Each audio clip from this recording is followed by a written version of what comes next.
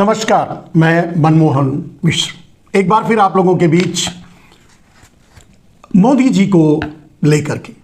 मेरे दोस्त, आप जानते हैं मोदी जी इंसान नहीं है। ये मैं नहीं कह रहा हूं, ये नरेंद्र मोदी ने खुद कहा है कि वो नॉन बायोलॉजिकल हैं। नॉन बायोलॉजिकल का मतलब होता है वो सजीव नहीं है, निर्जीव है। चलिए बात आगे बढ़ाते हैं। खैर, एक और चीज से आप समझ सकते हैं कि नरेंद्र मोदी इंसान नहीं है, क्योंकि वो खुद एक मुद्दा है देश के लिए। नरेंद्र मोदी अपने आप में एक मुद्दा है देश के लिए, एक आपदा है देश के लिए, एक विपत्ति है देश के लिए, एक पनौती है देश के लिए, एक चुनौती है देश के लिए। ठीक है, अब अगर बात आगे नरेंद्र मोदी की ही की जाए, क्योंकि इस समय चुनाव चल रहा है, तो मेरे दोस्त, इस वीडियो के अंत में 6 सवाल मैं आपके सामने रखूंगा। वो सवाल, उस सवाल का जवाब नरेंद्र मोदी खुद दे सकते हैं, उनके भक्त दे सकते हैं, व्हाट्सएप के बड़े बड़े विद्वान अंकल्स भी दे सकते हैं, भारतीय जनता पार्टी के नेता भी दे सकते हैं, और आप भी चाहें तो दे सकते हैं।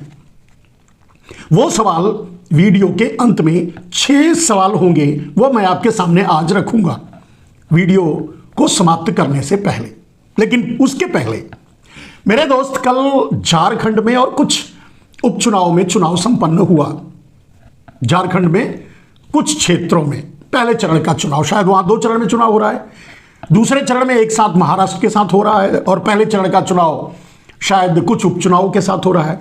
ठीक है, बात चुनाव की। मेरे दोस्त, झारखंड में बहुत सी सीटों पर वोट पड़ चुका है, महाराष्ट्र में पड़ने वाला है। यह तो निश्चित है कि झारखंड में और आगे महाराष्ट्र में और उपचुनाव में नरेंद्र मोदी को एक बहुत बड़ा चंक, यानी बहुत बड़ा वोट मिलने वाला है, क्योंकि नरेंद्र मोदी ने सीधे कहा है कि आपकी बेटी छीन रहे हैं, आपकी बेटी छीन रहे हैं। यह नरेंद्र मोदी का शब्द है, आपकी बेटी घुसपैठिए छीन रहे हैं। प्रेजेंट टेंस में उन्होंने कहा था, कभी छीन लिए यह भी नहीं कहा था, छीनेंगे बाद में यह भी नहीं कहा, छीन रहे हैं कहा। तो ठीक है, अब यह निश्चय है कि जितने लोगों की बेटियां छीन गई होंगी, यानी छीन गई होंगी, छीन रहे हैं तो छीन गई होंगी, तो जितने लोगों की बेटियां छीन गई होंगी, जितने लोग अपनी बेटियों को ढूंढने में परेशान होंगे, अपनी बेटियों की सुरक्षा चाहते होंगे, अपनी बेटियों की वापसी चाहते होंगे जो छिन गई हैं, उनका वोट तो नरेंद्र मोदी को ही मिलेगा। क्योंकि नरेंद्र मोदी उन बेटियों की रक्षा तभी करेंगे जब उनके बाप, उनके परिवार या वो नरेंद्र मोदी को वोट देंगे। नरेंद्र मोदी की तो यही शर्त है। नरेंद्र मोदी वोट के लिए ही बताया कि आपकी बेटियां छिन रही हैं, तो कहने का मतलब छिन चुकी हैं, छिन रही हैं, आगे भी छिनेंगी।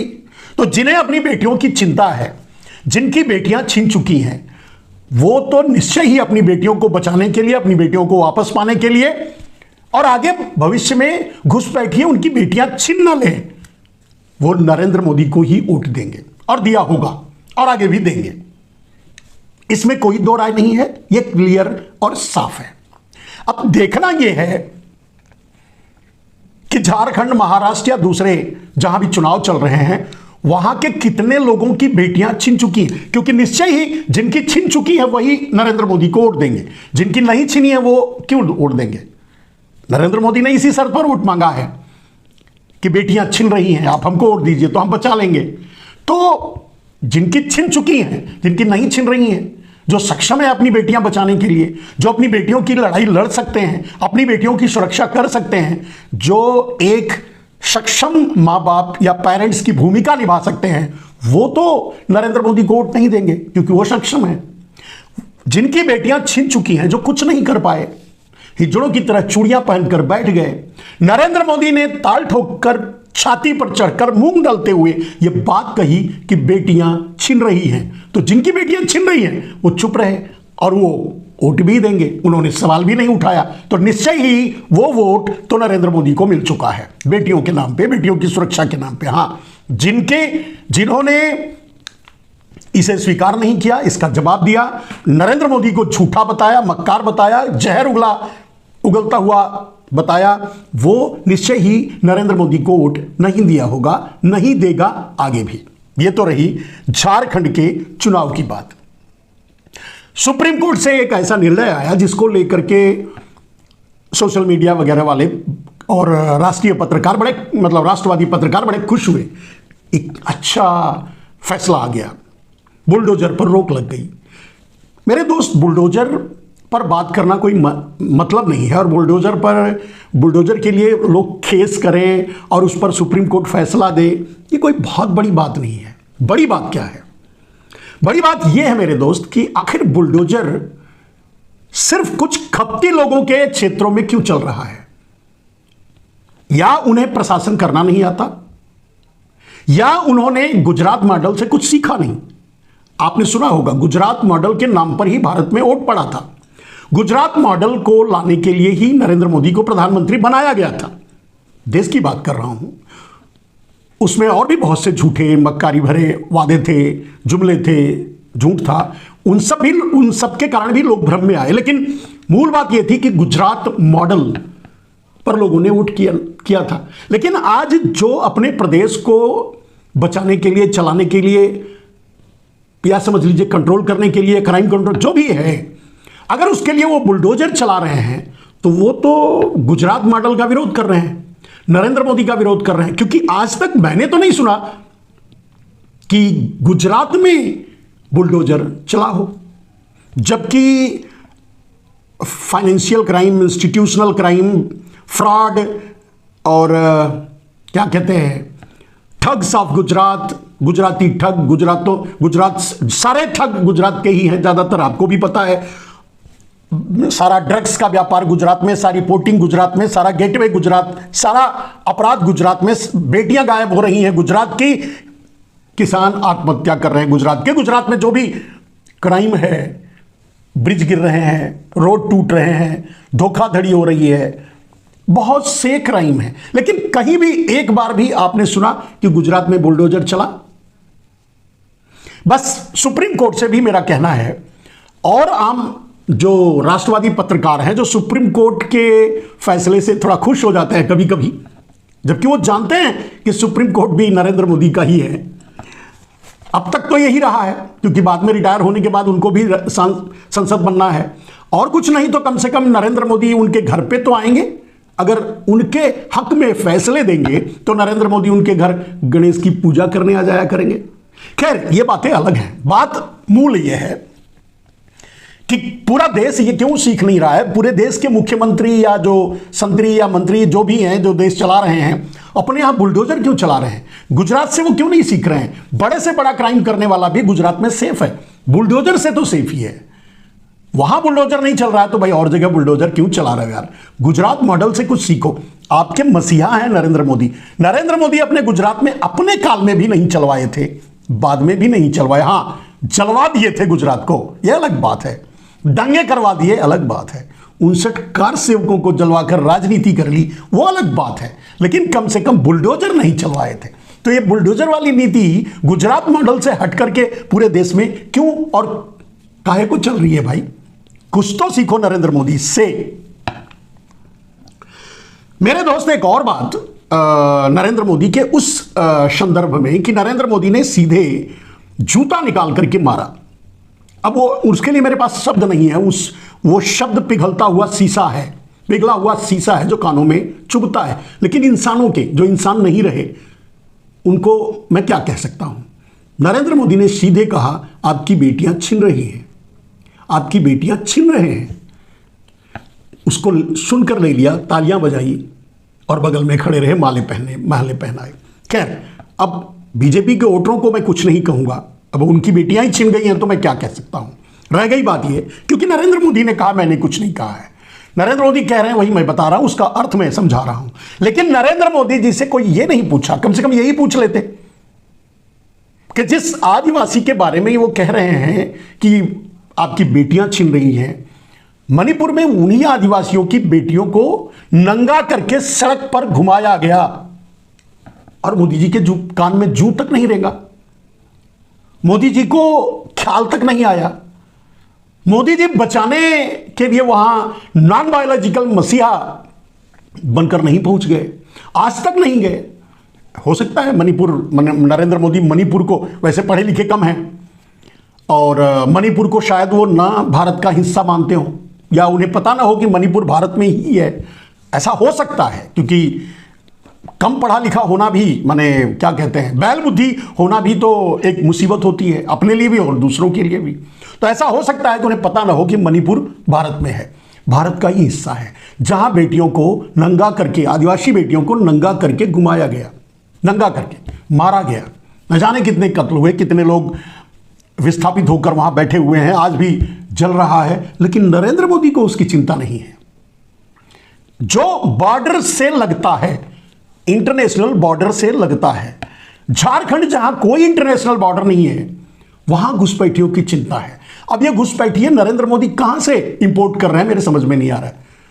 बिहार में उनकी सरकार है, शायद बिहार का कोई भाग इंटरनेशनल सीमाओं से लगता हो, वहां से इंपोर्ट करवा रहे हो, या हो सकता है सीधे गुजरात से इंपोर्ट करके और फिर यहां डिपोर्ट कर रहे हो झारखंड में बेटियां छीनने के लिए घुसपैठियों को। अब ये तो नरेंद्र मोदी, क्योंकि नरेंद्र मोदी प्रधानमंत्री हैं, डेटा उनके पास है तो वो बता सकते हैं।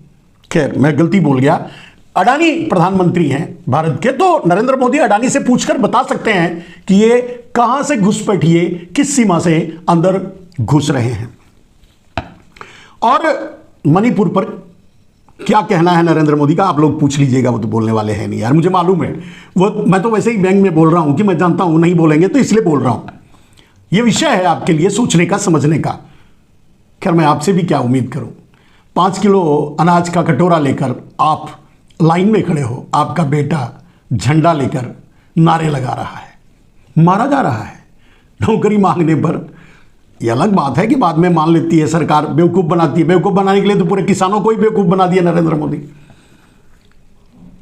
कहने के लिए किसान बिल वापस ले लिए, इनडायरेक्टली प्राइवेटाइजेशन के जरिए सब लागू कर दिए और किसानों से कहा आपको सब कुछ मिल जाएगा। कुछ नहीं मिला, आज तक नहीं मिला। मांगने के लिए फिर से जब किसान निकले तो फिर डंडे मिले, फिर गोली मिली, फिर आंसू गैस मिले।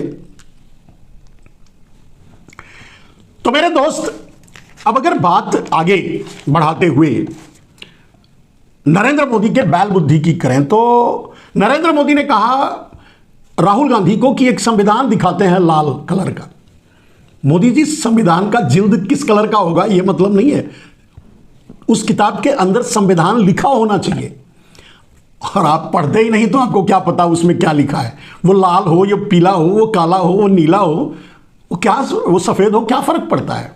वो किताब है, किसी भी कलर का हो सकता है, बात कलर की नहीं है। वैसे आप भी कहीं किसी सोशल मीडिया में मैंने देखा था, किसी को आप भेंट कर रहे हैं संविधान, तो वो भी लाल कलर का ही भेंट कर रहे हैं। खैर वो आप तो ऐसे ही है यार, आपको पता ही नहीं रहता आप क्या कब क्या बोल जाते हैं, कब क्या कर जाते हैं। आपके फैलाए हुए कीचड़ बेचारे भारतीय जनता पार्टी वाले साफ करते करते थक जा रहे हैं, परेशान हो जा रहे हैं। खैर फैलाते रहिए कीचड़। उनमें से यह भी एक है कि आपको पता नहीं है कि संविधान में, किताब में क्या है।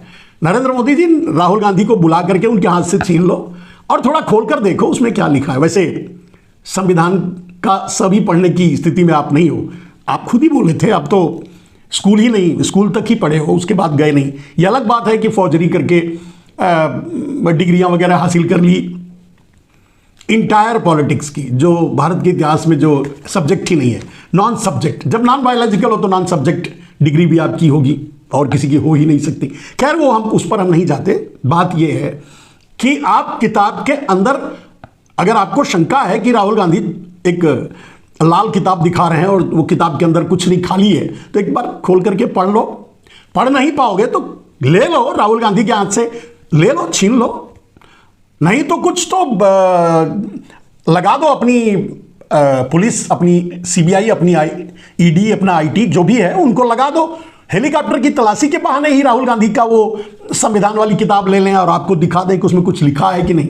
पढ़ नहीं पाओगे लेकिन देख तो सकते हो ना, कुछ लिखा होगा, काला पीला कुछ तो होगा तो समझ लेना है। खैर अब इससे ज़्यादा मैं क्या बोल सकता हूँ। आप खुद समझदार हैं। बात वही करते हैं जो अचंभा कर देने वाला बात होता है। झूठ से शुरू होकर झूठ पे खत्म होने वाली कहानी आपकी है नरेंद्र मोदी। थोड़ा सच भी कभी कभी बोल दिया करिए। खैर, बोलेंगे नहीं ये मालूम है।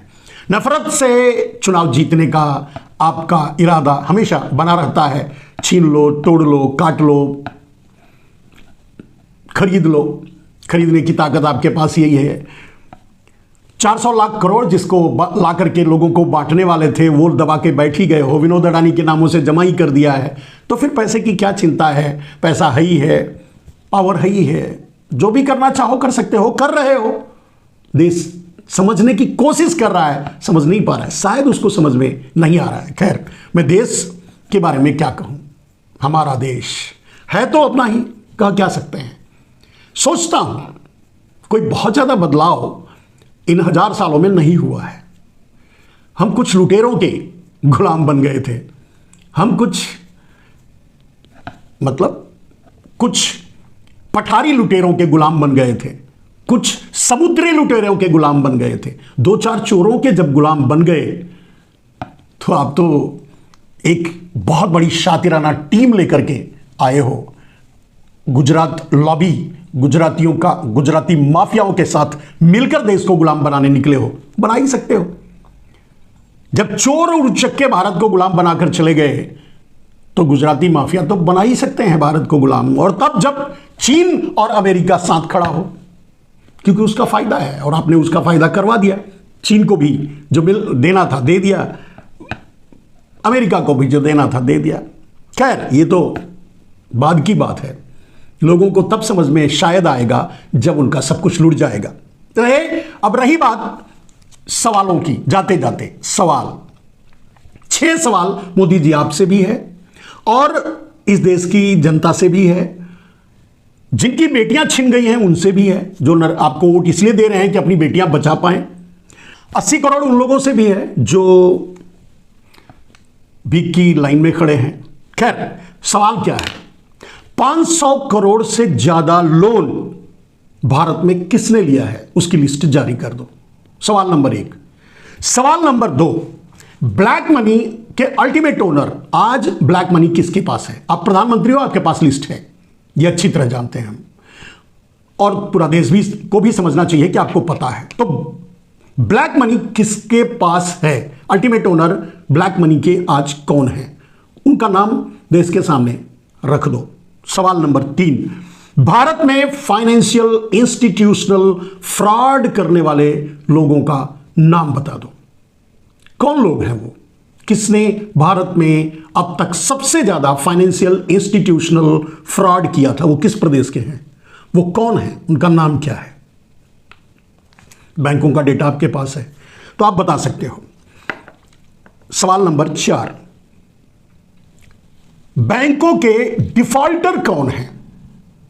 बैंकों के डिफॉल्टर कौन है? और इसी सवाल नंबर 4 में एक उप सवाल यह भी है कि जिन लोगों का आपने लोन माफ किया है, पूंजीपतियों का, वो कौन है? ये 4 सवाल। पांचवा सवाल इतिहास से जुड़ा हुआ है। वैसे आप पढ़े लिखे नहीं, आप अपने आसपास के लोगों से पूछकर बता सकते हैं। भारत को आजाद कराने के लिए क्रांति की लड़ाई लड़ते हुए, स्वतंत्रता संग्राम की लड़ाई लड़ते हुए कुछ एक नाम बताइए जो गुजरात से रहे हो। 1, 2, 3, कुछ एक आध ही बता दीजिए जो गुजरात से रहा हो, स्वतंत्रता संग्राम की लड़ाई लड़ी हो और शहीद हो गया हो। सवाल नंबर 6,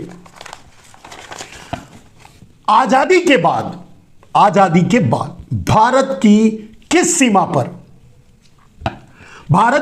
सीमा पर शहीद होने वाला कौन सा गुजराती था?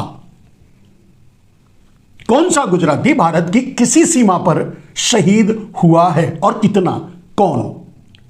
ये 6 सवाल आपसे आपके देश से, मतलब देश वालों से, आपके भक्तों से, जो आपको भगवान और नॉन बायोलॉजिकल पता नहीं क्या क्या कहते हैं, उनसे सबसे है ये सवाल, सबसे आपके भक्तों से, सबसे है भारतीय जनता पार्टी से ये सवाल सबसे है।